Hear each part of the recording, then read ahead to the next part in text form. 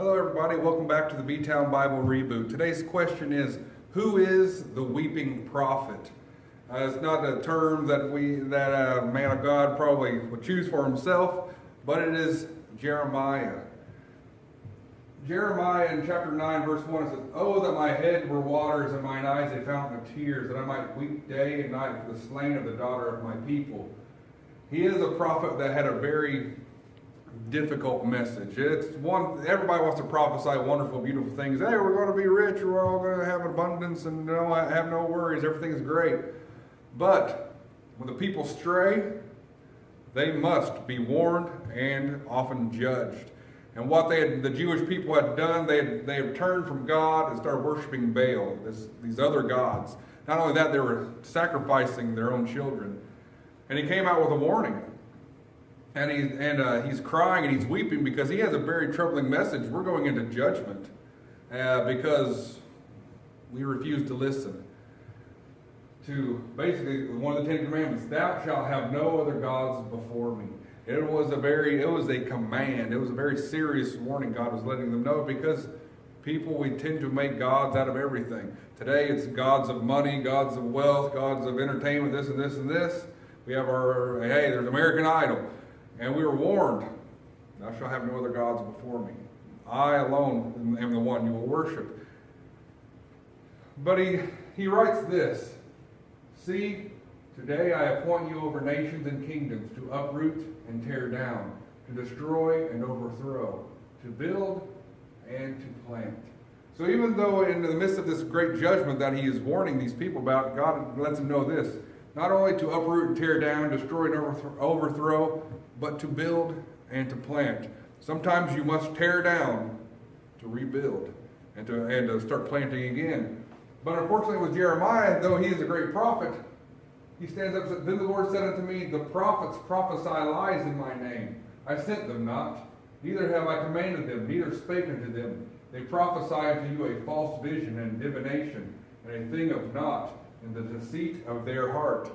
So Jeremiah, he stood alone when he's prophesying, because most of the other prophets, they're prophesying, hey, don't listen to Jeremiah, everything's going to be great. Because Jeremiah starts telling them, because of judgment, we're going to be sent into dispersion. We're going to be taken out of this land, the promised land.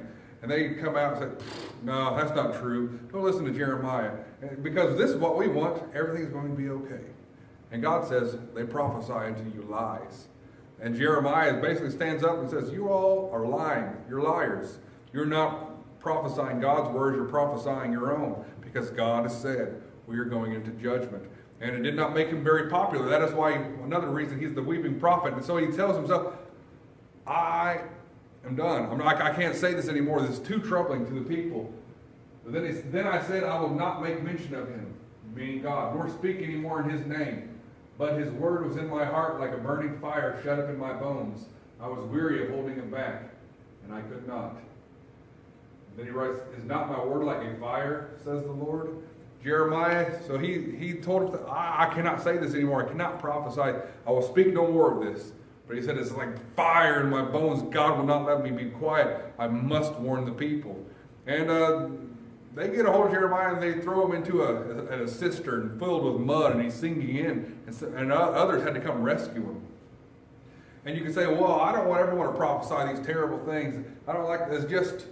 But remember, he was told not only to break down, but to help plant and rebuild. And so Jeremiah, God tells him something. He says, go buy this field. But now Jeremiah just told the people, we're not going to be in the land, we're being taken out. But God told him, go buy a field. And you take that deed, and you put it inside an earthen vessel, and seal it, and bury it. Because this is a promise. We will return to the land again someday. And that land, hey, it was a symbolic gesture, really. Because we were told this.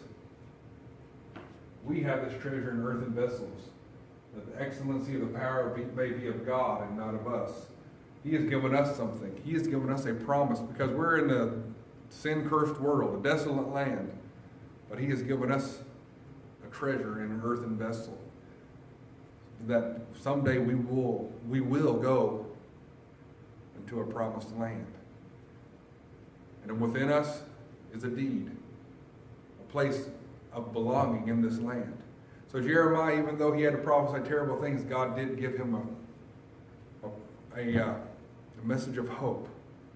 We will return one day. Then we can look at ourselves. We have something. We have a promise that one day we will have a deed to this next land because we are children of the living God. So God bless you all. And remember, even in judgment, God gives us hope. See you next time.